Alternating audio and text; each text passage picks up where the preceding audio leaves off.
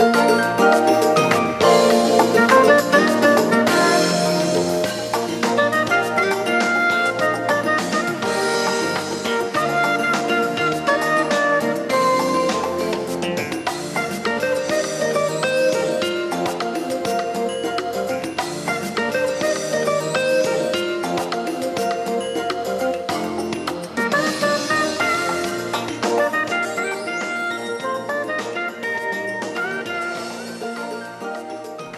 new week and new things to talk about. Good morning, Wareham. It is Monday, July 27th. And we have a great show here for you, the news headlines, the weather report, and today in history. This morning, we're going to showcase a program by NASA talking about its mission to monitor the Earth ozone. But before we get to any of that, please let's take this moment to thank not your average antiques, our sponsor, who have donated the things that you see, the props that you see behind me in this show. And they are located down Cranberry Highway in East Wareham. So stay with us because the news headlines and the weather report are up next.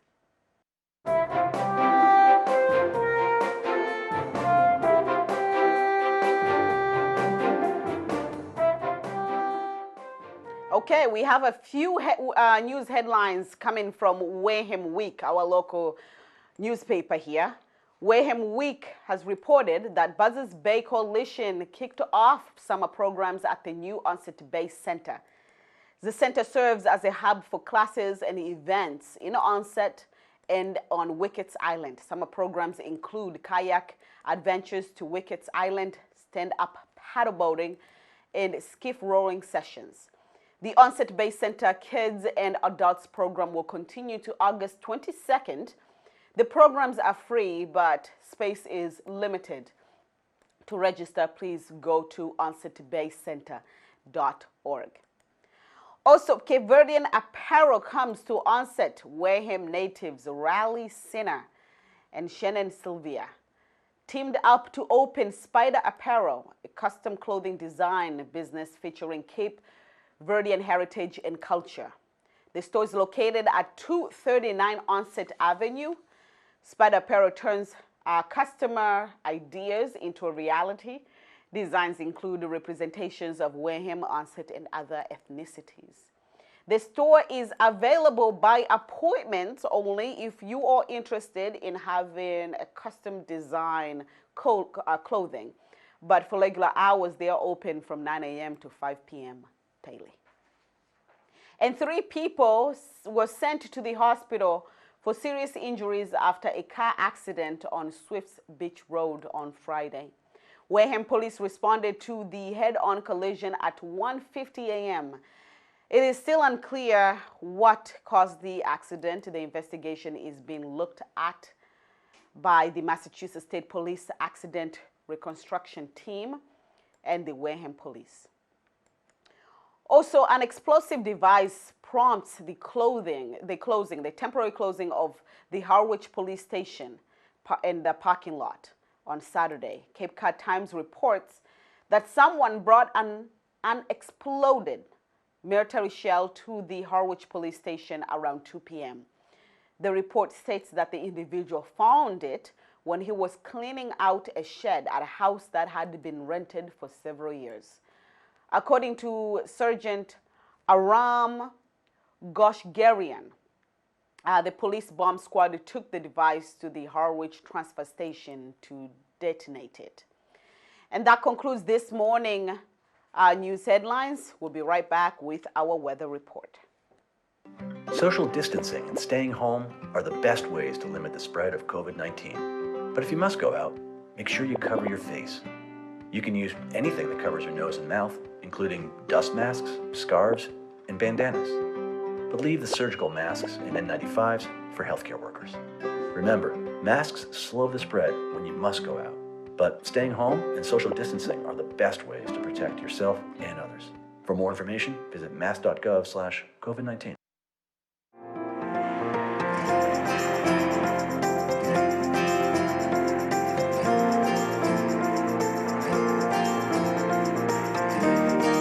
Oh my goodness, it is going to be hot, hot, hot, hot, hot, and hot. There is a heat advisory in order out there today and also tomorrow, and actually we should say throughout the week. Temperatures are going to reach the 90s throughout the week with high humidity and some rain here and there. A mixture of sun and clouds today. It's going to be fully sunny tomorrow. It will rain and thunder on Wednesday, July 29th. Look at that chart. Wow. Make sure you hydrate fully and make sure you stay indoors breathing the lovely air condition as we are. So that concludes this morning and this week weather report. We'll be right back with more.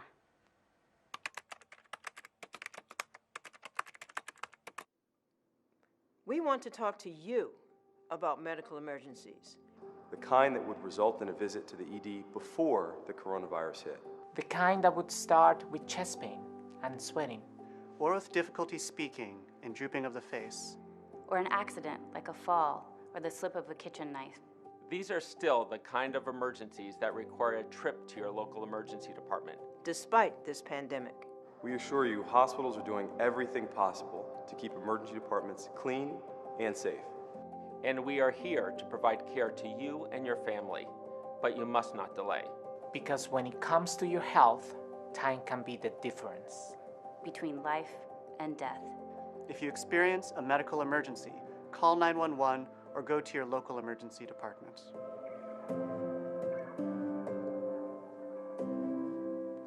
Welcome back. A Maine humorist, Gary Crocker, shares tales from West Gardner, a program from Berwick Community TV in Maine. Enjoy.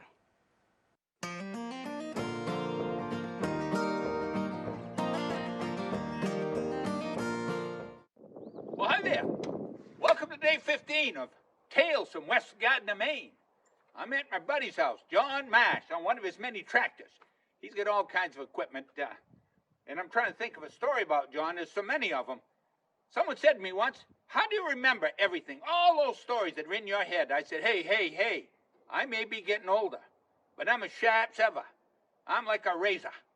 I can remember things that never even happened.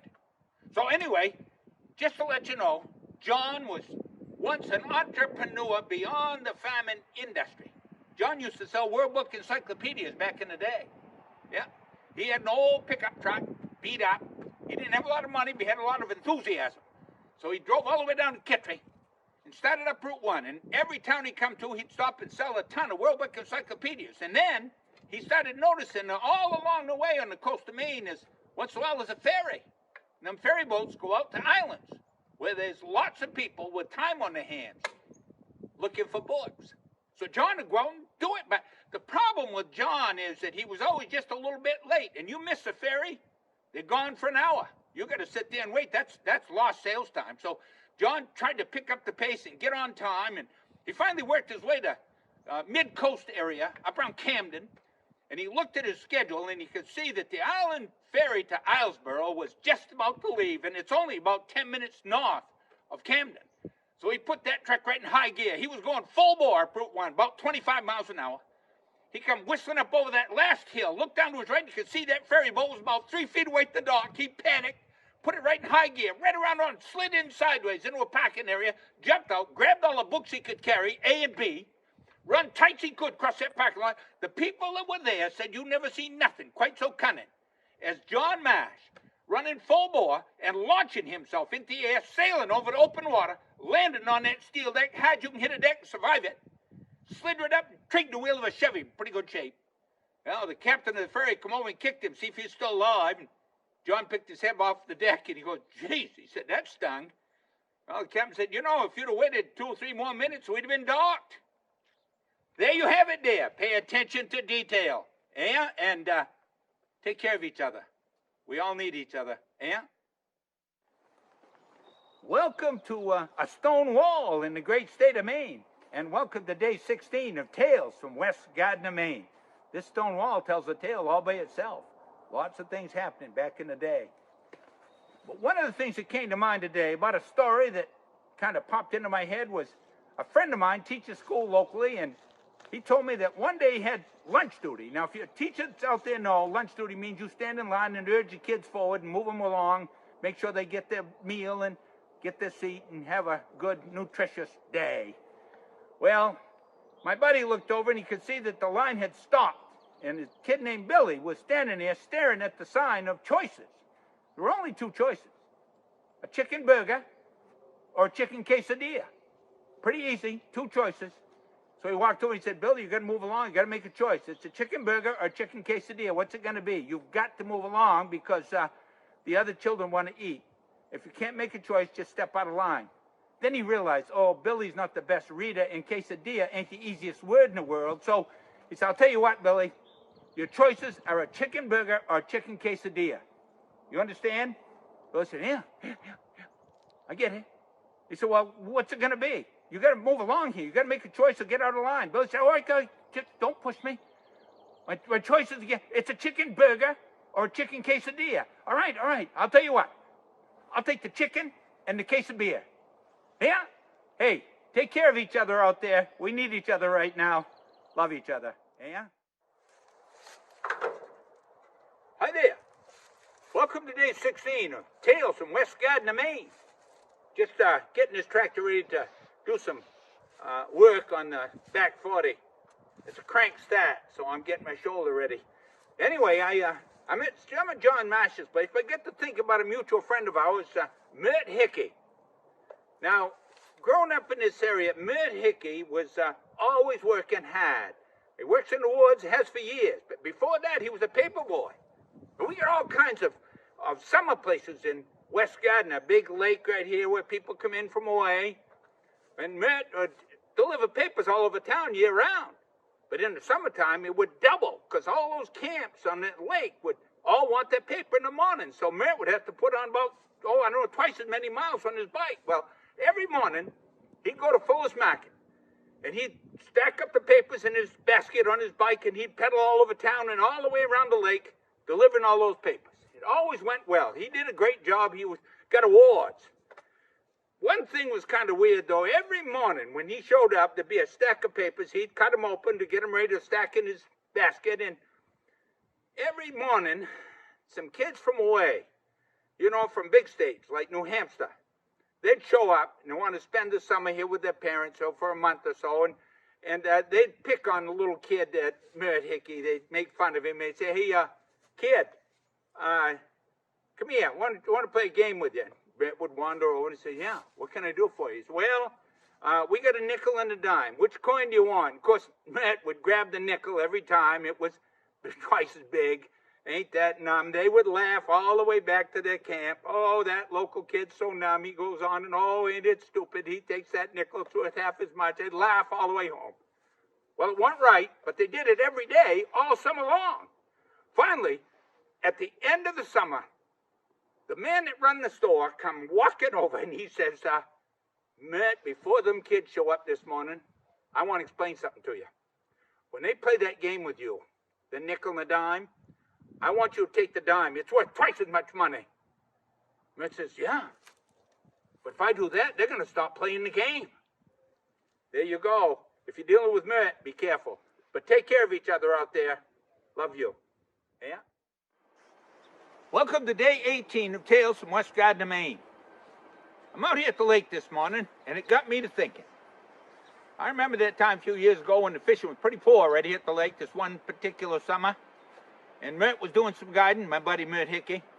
And he was coming home with boatloads of fish with his sports every day. The other guys were some upset because they couldn't spin a thread. They couldn't find a fish. So they figured Mert was doing something wrong, probably something illegal. So they checked with the local warden, and the warden said, I'll go down and check with him. He went down here and met with Mert in plain clothes, undercover, made arrangements to go fishing, see what Mert was doing. Well, they went out on the pond and dropped the hook. Mert reached down the bottom of the boat, flipped the top off a box, took out a stick of dynamite, lit it, threw it over the side, and when it exploded, the fish just kind of twitched on the surface, all stunned. Mert grabbed his net and fished him aboard, no problem, and then he looked over. The warden was apoplectic.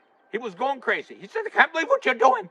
That was dangerous, and it's illegal. And he's fishing around trying to find his badge so he can arrest Mert on the spot. Well, before he can even find his badge, Mert reached down, he flips the top off that box again, grabs another stick of dynamite, lights it, hands it to the warden and said, you going to talk or you going to fish? My hunch is he went fishing. Yeah? Take care of each other. Yeah?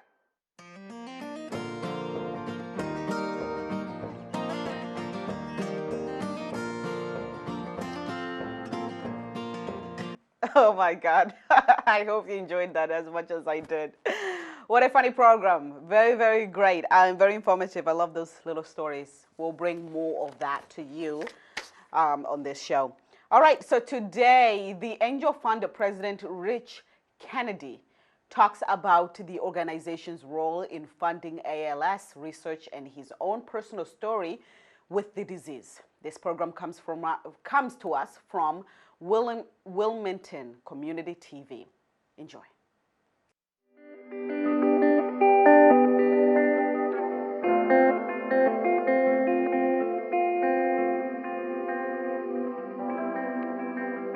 Hi, my name is Mike Burns, and I'm pleased to have Rich Kennedy with me today to talk about the Angel Fund. Welcome, Rich. Thank you very much, Mike. I appreciate it. We're glad to have you. The Angel Fund is a local organization I know, headquartered in Wakefield, Massachusetts, dedicated to raising funds for research to solve the problem of ALS. Could you tell us a little bit about the history of ALS? ALS is, of course, known as Lou Gehrig's disease as well. But, that's correct. My history sadly begins with losing my dad back in 1989. And the understanding, at least with the neurologist from my dad, was that there was no real genetic component with ALS and that we had nothing to worry about. Well, from a family of 9, don't you know that would have been the youngest in the family, my brother Jimmy, who roughly 4 years after my dad had passed away started to notice some serious weakness and things like that. Poor Jimmy had graduated, gone to law school, graduated from law school, passed the bar, gotten married, and bought a house in suburban D.C. Diagnosed when he was 28 and sadly passed away when he was 31. Well, that's enough for me to kind of draw a line in the sand and say, we've got to do something about this. It's a terribly helpless feeling to sit and watch, not just a brother, but your younger brother, succumb to such a horrible disease. Thankfully, a friend of Jimmy's and a friend of mine came to me at one of the services and said, we need to do something. We thought a memorial road race would be great in his name. Well, the memorial road race turned into something enormous. It caused me to introduce myself to Dr. Robert Brown, at the time and still now the world's leading researcher in ALS. Now, Mike, I would have gone anywhere if I thought someone was the best bet to cure that disease, particularly knowing that it's now within my family and that I had 4 kids to protect. So I find Dr. Brown, and I only have to travel to Mass General. Yet one more reason to be thankful that I grew up around Boston. I began something which we call discretionary funding, where I said to Dr. Brown, we're going to raise roughly $20,000. I'm going to hand you the check, and you do whatever you want with that. This is how groundbreaking research gets done. You don't have to prove something is going to work, where you get national funding for this. This is sort of seed money, which develops novel type approaches to things. So I'm quoted in several papers before this first Memorial Road Race for my brother Jimmy talking about, if we raise $20,000, that's exactly what Dr. Brown will get. I'm not going to take any of this off the top, and we're going to hustle for all the services we can get for free. Well, that resonated with someone who saw that and brought it to his mother.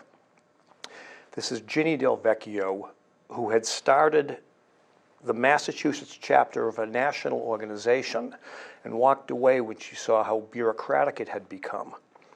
This kid who finds the articles says, you've got to meet this guy, he sounds just like you. Now, sadly, after the first Jimmy Kennedy Memorial Race, which didn't raise $20,000, it raised $25,000, Ginny Del Vecchio passed away. But it was after presenting the check to Dr. Brown, going to that funeral where I was introduced to her husband, her cousins, aunts, uncles, and that family, and those are the people who joined along with me. And we sort of created what was Ginny's dream, was to create an organization which would be devoted directly toward ALS research, particularly funding someone as brilliant as Dr. Brown. That's the origin of the Angel Fund. It's an organization which has done nothing but grow, and I love to refer to the extended Angel Fund family, that we are as transparent as an organization could be. To this day, I still haven't taken a dime. I have a board of directors who won't take a dime. It's the surest way to ensure that ALS research on the cutting edge is being done. $15 million is what we've raised so far, and we plan to keep on going. I think one of the really important things, as far as I'm concerned about it, is that everybody is a volunteer. As you said, nobody, there's no salaries, very, very nominal overhead. Right. Which certainly makes it stand out in my mind to any number of other charities that are around. It's a terrific organization. It really we is. pride ourselves particularly in that, but also to be as transparent as possible. Dr. Brown is at UMass Medical Center right now, and they're just absolutely wonderful.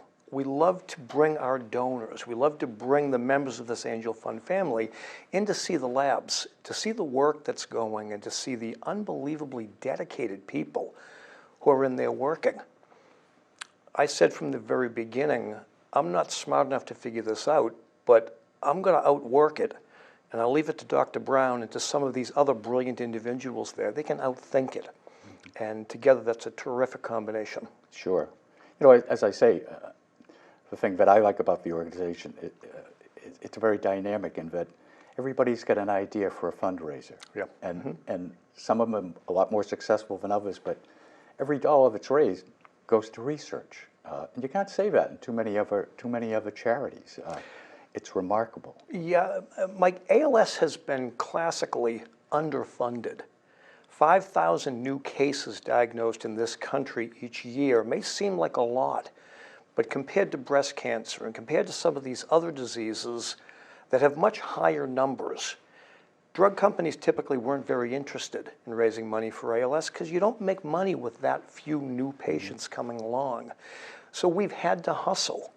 We embrace organizations like the Wilmington Rotary that are going to events.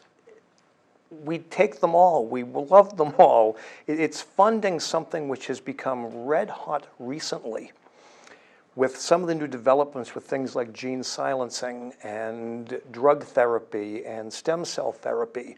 All of a sudden now ALS has become a much more hot topic. Brilliant people are forever coming now, and now that they're studying ALS, it's nothing but good things in the future. So many of these organizations that you talk about putting together these fundraisers, they all deserve credit to getting us from point A to point B, that here we are right now in a different world where more people are interested, companies are interested, et cetera. It's going to lead to some tremendous things. You know, one of the things I think that's such a positive is the amount of awareness that's been driven as far as ALS is concerned. Certainly Pete Frates was very instrumental in that, and the Ice Bucket Challenge and any other things. My uncle passed away from ALS 35 years ago, and it was virtually unknown. It was unheard of. Nobody knew about it. You never heard of anybody else that suffered. It was Lou Gehrig's disease, named after the Yankee first baseman. And I suppose it still is, but ALS just has a resonance now. People talk about it. I have a hat from the Angel Fund that says ALS, and you'd be surprised how many people in the course of a week or so would come up and say, oh yeah, ALS, you know, my uncle had that, or my brother's cousin had this, and so forth and so on. So it's becoming so much more widely known. Right. You'd be hard-pressed to find someone who didn't know someone who had it. It's become, because of the Ice Bucket Challenge, that lightning in a bottle that they captured, it's become much more widely known. Certainly. But, you know, as a therapist, I would put up a sign for an Angel Fund event, and they say, oh, my neighbor passed away from that. Sure.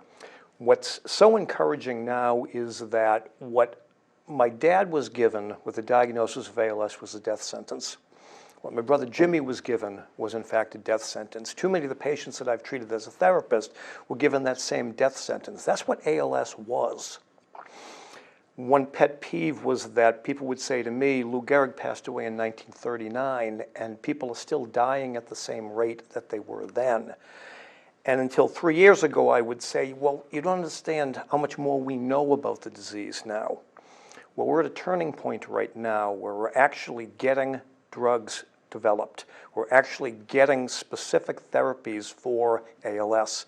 So we can say now that mark 2019 and 2020 as that turning point where all of a sudden now we're going from academia to practical application from that. Lots of things have worked in the lab, but when we get them to people, those kind of fizzle out.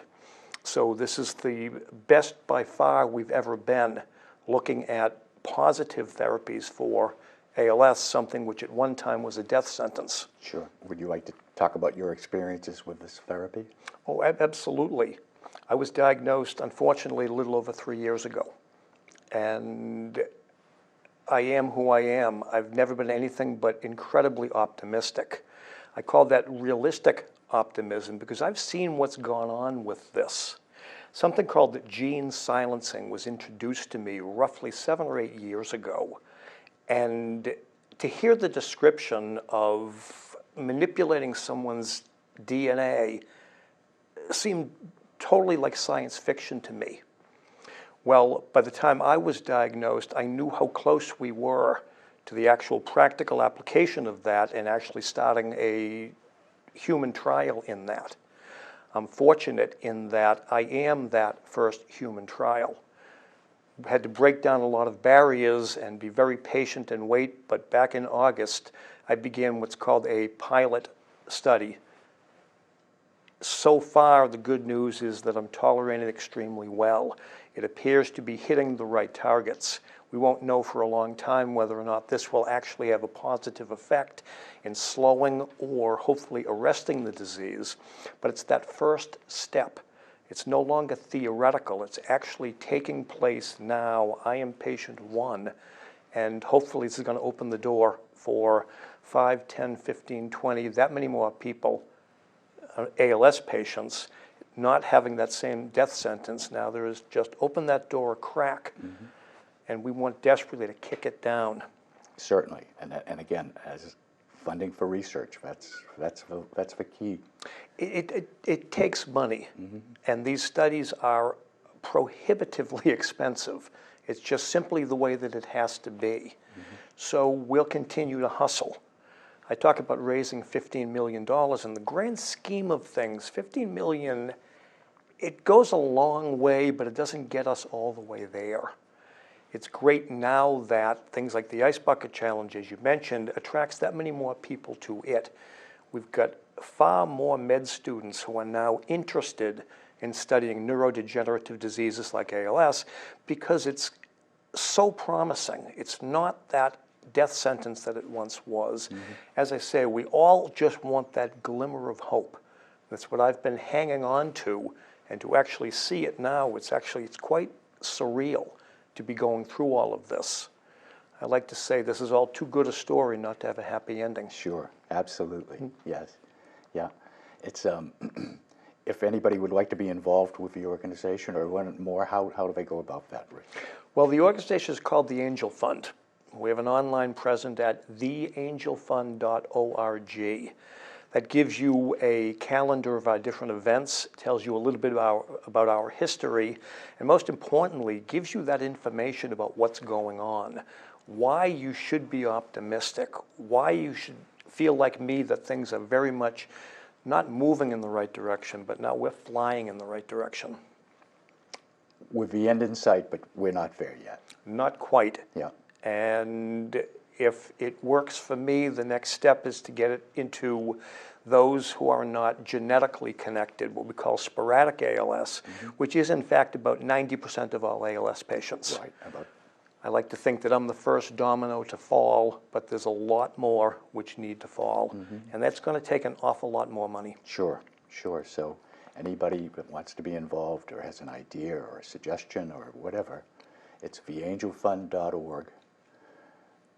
And a number of social services, social media as well. I know a number of the people that are involved are posting on social media. That's right. It's just a terrific organization. I've worked with them for a few years now, and the satisfaction is tremendous, and particularly when you meet somebody like Rich Kennedy, who is so bloody optimistic about the thing. He's a great person to know, and the fact that the monies that have been raised in research are helping him is just so satisfying.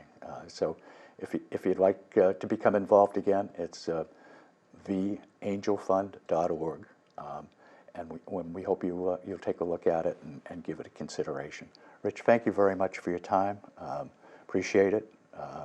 Good luck, good health. Thank you. Thank you, Mike. I appreciate the time.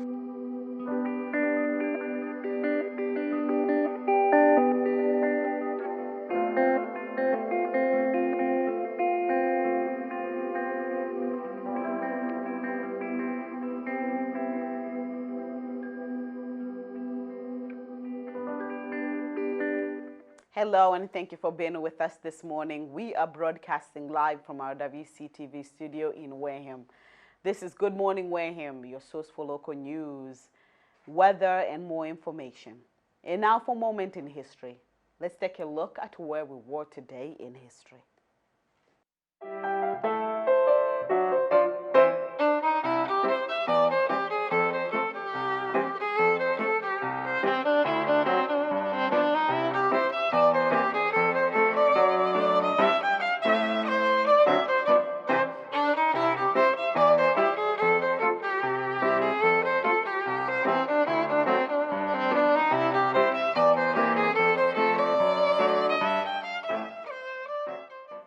So if you're wondering what got Bob White to shout, one impeachment, well, here it goes. This day in history in 1974, the House Judiciary Committee starts the articles of impeachment of the removal of America's 37th president, that is Richard Nixon. The impeachment proceedings resulted from a series of political scandals involving the Nixon administration, later was known as the Watergate. And on this day in history, in 1921, scientists successfully isolate insulin. Canadian scientists Frederick Banting and Charles Best, for the first time, successfully isolated the hormone that they believed could prevent diabetes. Within a year, those suffering from diabetes were receiving insulin treatments. Also, on this day in history in 1949, first commercial jet makes its first test flight. The jet engine would ultimately revolutionize the airline industry. And as usual, we celebrate birthdays. And for today's birthday shout out goes to Jonathan Mayers. He is from Irish. He's an actor. He was born today in 1977 in Dublin, Ireland. He turns 42 years young today. He's well known for his films such as Bend It Like Beckham. We have Match Point, and also playing as King Henry VIII in a historical drama on TV. And happy birthday to everybody else celebrating their big day today. That is all I have for today in history. To learn more cool historical facts, please go online under history.com. Stay with us because the coffee segment is next.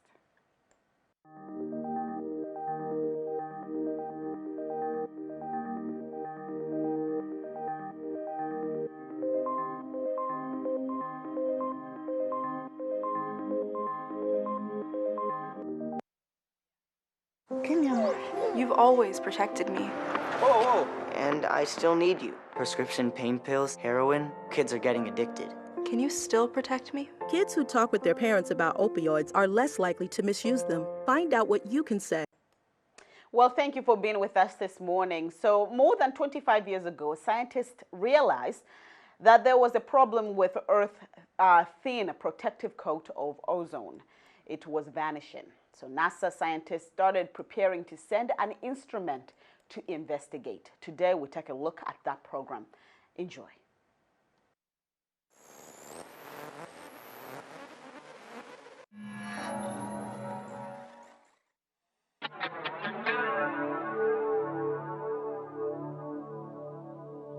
When compared to other stars around the universe, our sun is really not that big.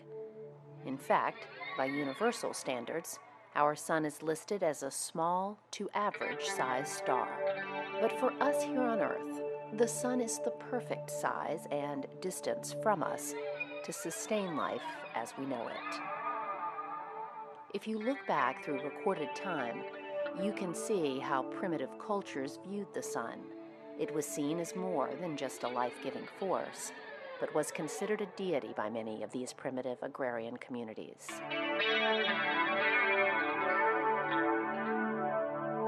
For these early cultures, the sun was an all-powerful god that helped the crops grow and dominated daily life. Of course, today, the idea of the sun as a deity is no longer a widely held religious belief, but the sun is still worshipped by millions of modern humans during warm months. As soon as the weather is warm enough, beaches around the world are crowded with sun worshippers working on their tans and lounging in the sunshine. While this behavior was once seen as virtually harmless, the world has become more educated, and we now understand the sun can be harmful as well. The sun, for all its benefits, daily rains down on Earth dangerous skin cancer-causing ultraviolet rays. We can protect ourselves with a healthy dose of sunscreen, but nothing works as well at protecting us from the sun's ultraviolet rays than the Earth's own ozone layer. Earth's stratospheric ozone layer is a belt of naturally occurring ozone gas that sits 10 to 30 miles above Earth and serves as a shield from the harmful ultraviolet radiation emitted by the sun. This layer filters out harmful sun rays, including a type of sunlight called ultraviolet B. Exposure to ultraviolet B has been linked to cataracts and skin cancer, and has also been linked to crop injury and damage to ocean plant life. Clearly, it is vitally important for all life on Earth to assure that the ozone layer continues working optimally. Because this layer is so important, it came as a great shock to scientists in the 1970s and 80s when they found that the ozone layer was in fact being damaged in some way. Scientists around the world began to see a shift in our atmosphere, finding that in some places our ozone layer was disappearing at a rapid rate. It found that the main culprit for this rapidly diminishing ozone layer was a man-made substance called chlorofluorocarbon, or CFCs.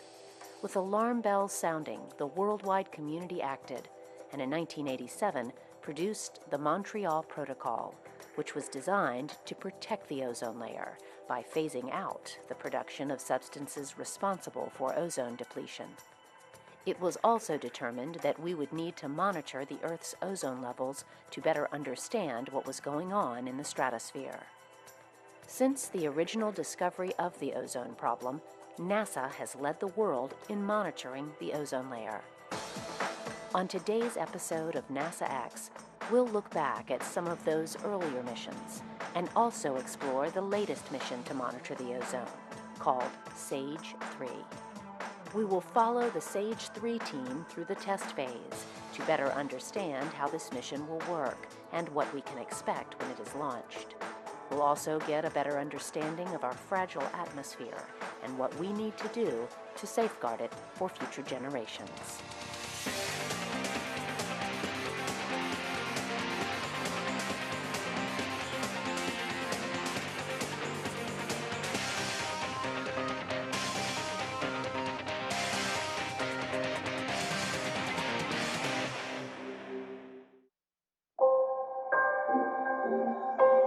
Here in this clean room at NASA Langley, researchers are preparing to launch a science instrument that will undoubtedly affect the lives of virtually everyone on Earth, even though most people know nothing about it.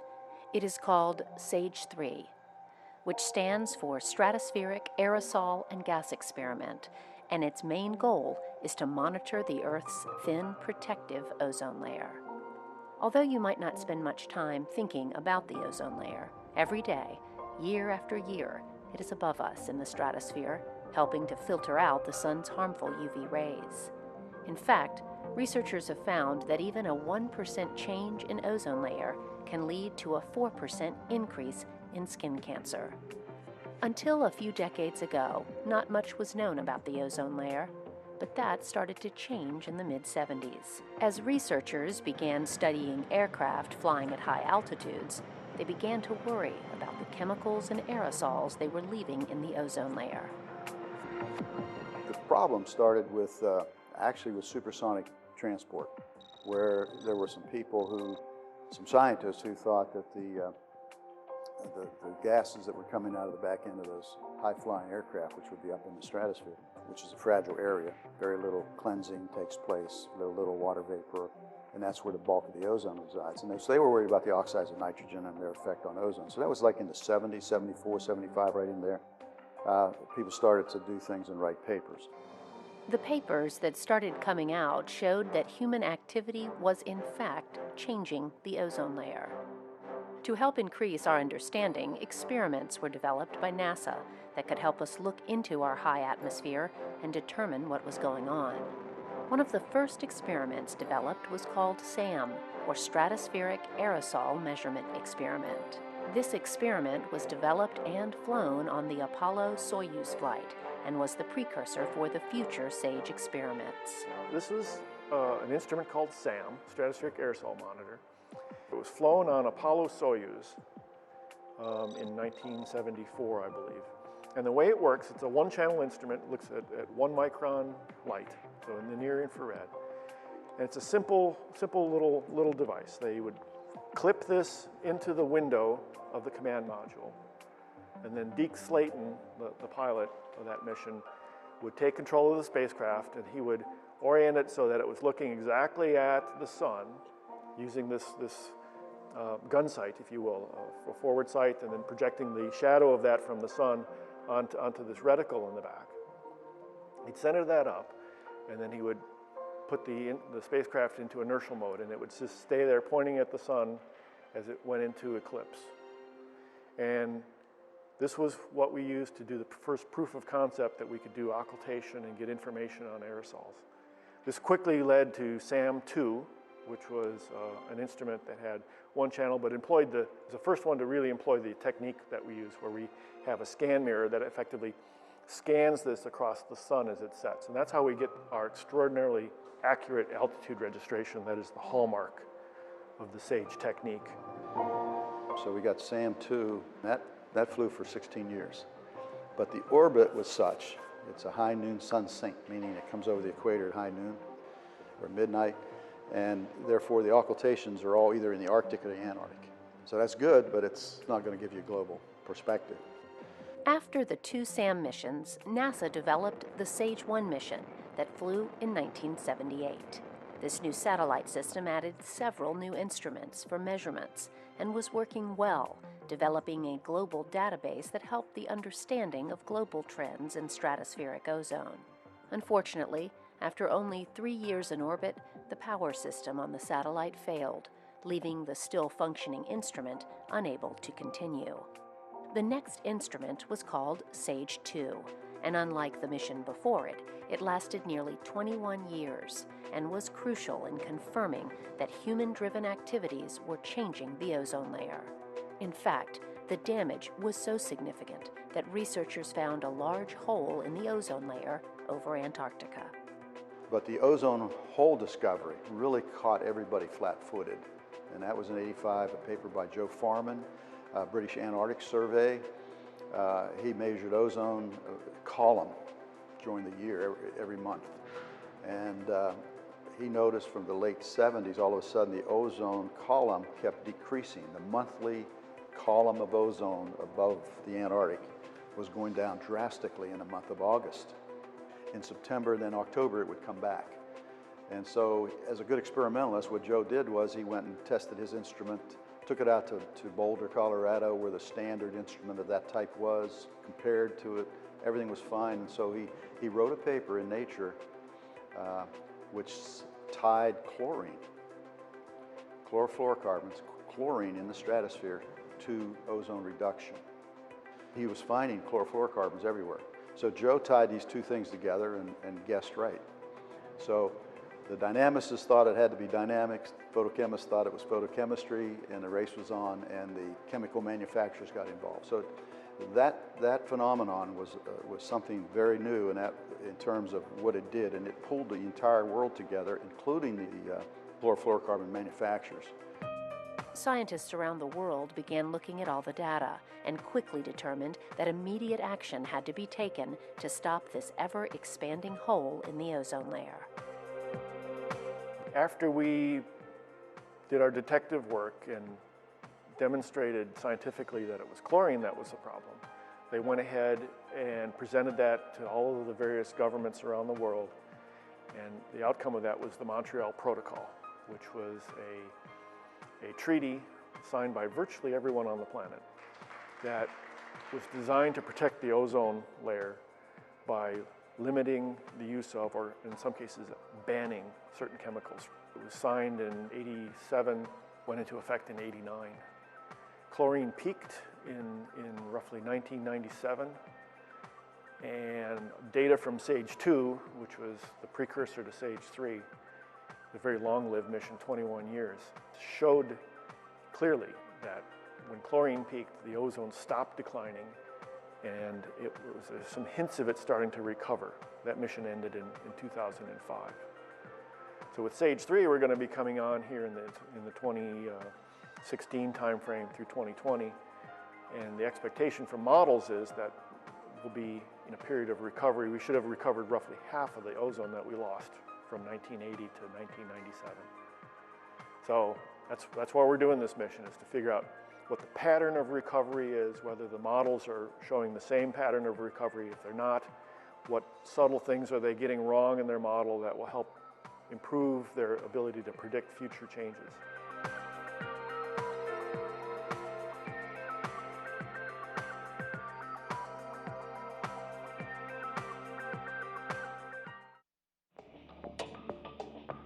In 2001, the third generation of SAGE experiments, called SAGE 3, was built. Planning ahead, researchers built 3 identical instruments that could all be used to measure the atmosphere. The first of these SAGE 3 instruments was launched on a Russian Meteor 3M spacecraft in 2001. Unfortunately, it only lasted until 2006, again due to a power supply issue, not to any defect in the instrument. Planning began on the next mission, but this time, rather than rely on an unmanned satellite, this SAGE 3 instrument will fly on the International Space Station. We built 3 SAGE 3 instruments, and this is the instrument, or a mock-up of the instrument we built for the International Space Station. That's where this is going. We flew one with the Russians back in 2001 it launched. Operated for 5 years, and so we're pulling this one out, fly on the station now to go ahead and extend that data record. SAGE 2 flew before that, lasted over 20 years, a completely impressive data record. And so the international community is very familiar with these measurements, and so SAGE 3 on the space station is going to extend that data record. The nice thing about that is that the instrument is essentially self-calibrating, and so we can look at one SAGE to another SAGE without any biases in the measurements, and that's the data that the science community needs. You can fly one instrument, have a gap, fly another instrument with different technology, roughly the same wavelengths, but different technology, and you can quickly compare those two, link them together, even though there's a gap there. Normally what you want with an instrument or a measurement series is you want to have one, fly another, that before that one ends, have some overlap so you can compare and then fly that, and so you piecemeal these things together. But with SAGE, because of the technique that we use, we just have to find one number, basically, to line these data sets up globally. That's a unique characteristic that's specific to this technique. The technique that has been used by each of the previous missions and will again be used for SAGE 3 is called occultation.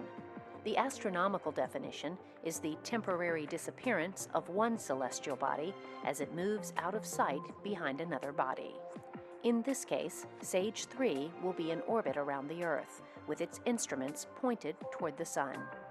As it rotates around the Earth's shadow occults or blocks the Sun. The science is looking at the Sun or the Moon and using that, essentially that backlight to illuminate the atmosphere and allow you to scan it and look at the different chemistry and composition of the atmosphere in a really good vertical profile, because you're looking at that really strong source that's backlighting the atmosphere, and you're scanning through the atmosphere back and forth, and it allows you to look at things like ozone, which has been a product of SAGE going back, all the way to the beginning, to things like aerosols. That's another big component lately. SAGE 3 was designed, this version of the instrument was designed to be able to pick up channels that would give us aerosol data.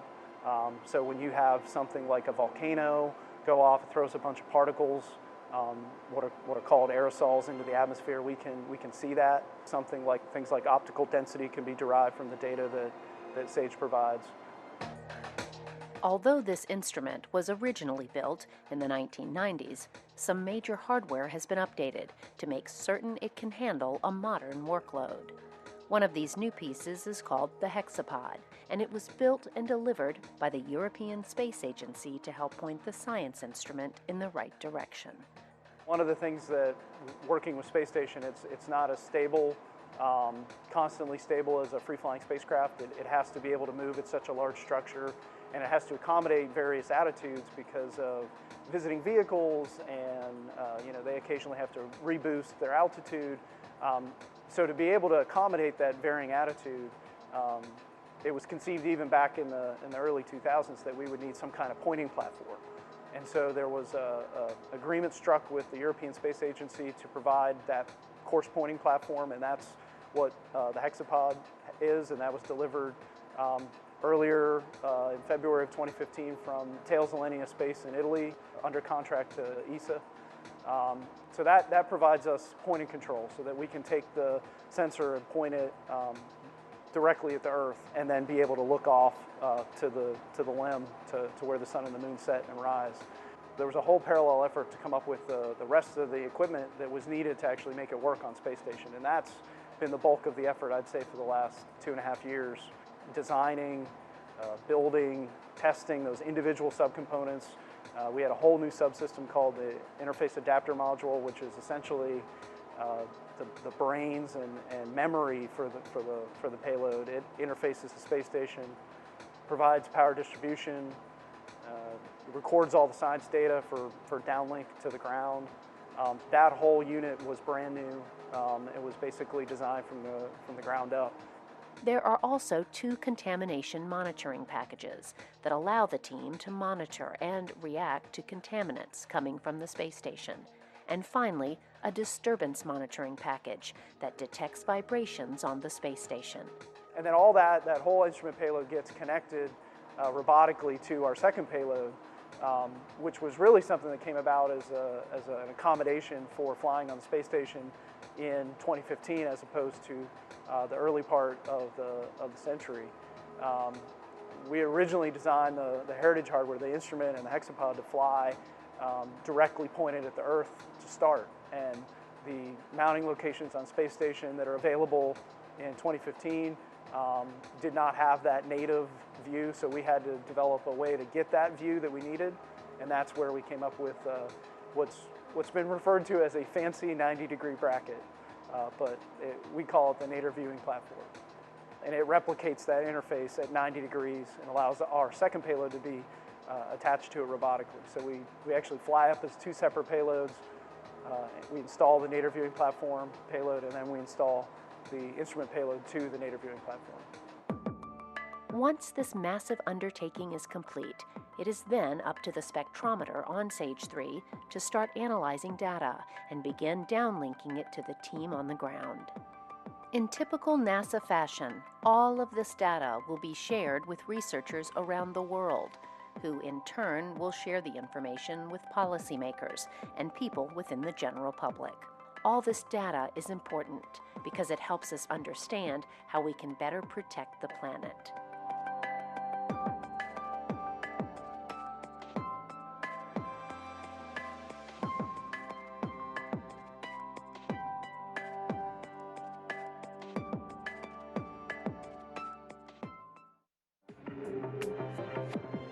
Human activity on the planet has gotten to the scale where we're impacting our environment, whether it's deforestation in the Amazon, pollution in local rivers, or pumping things into the atmosphere.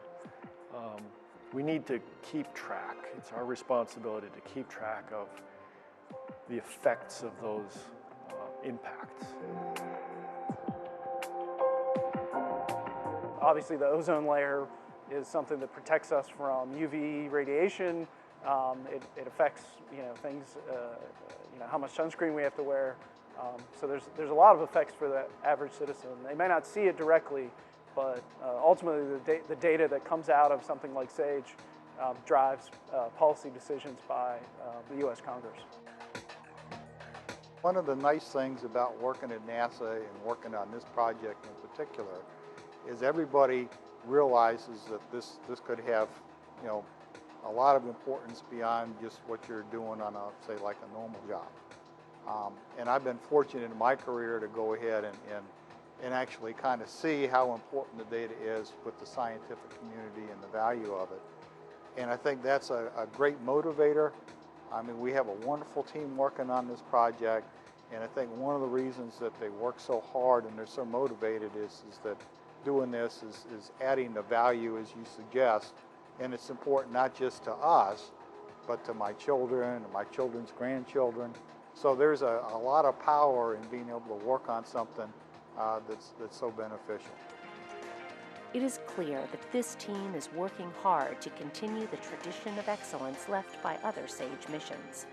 It is also clear that their efforts will undoubtedly affect the lives of all of us back here on the planet.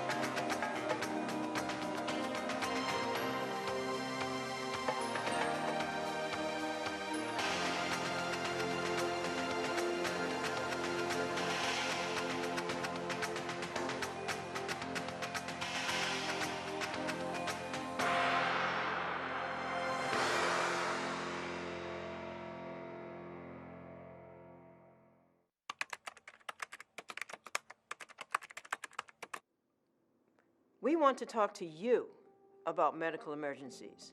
The kind that would result in a visit to the ED before the coronavirus hit. The kind that would start with chest pain and sweating. Or with difficulty speaking and drooping of the face. Or an accident like a fall or the slip of a kitchen knife. These are still the kind of emergencies that require a trip to your local emergency department. Despite this pandemic. We assure you hospitals are doing everything possible to keep emergency departments clean and safe. And we are here to provide care to you and your family, but you must not delay. Because when it comes to your health, time can be the difference between life and death. If you experience a medical emergency, call 911 or go to your local emergency departments.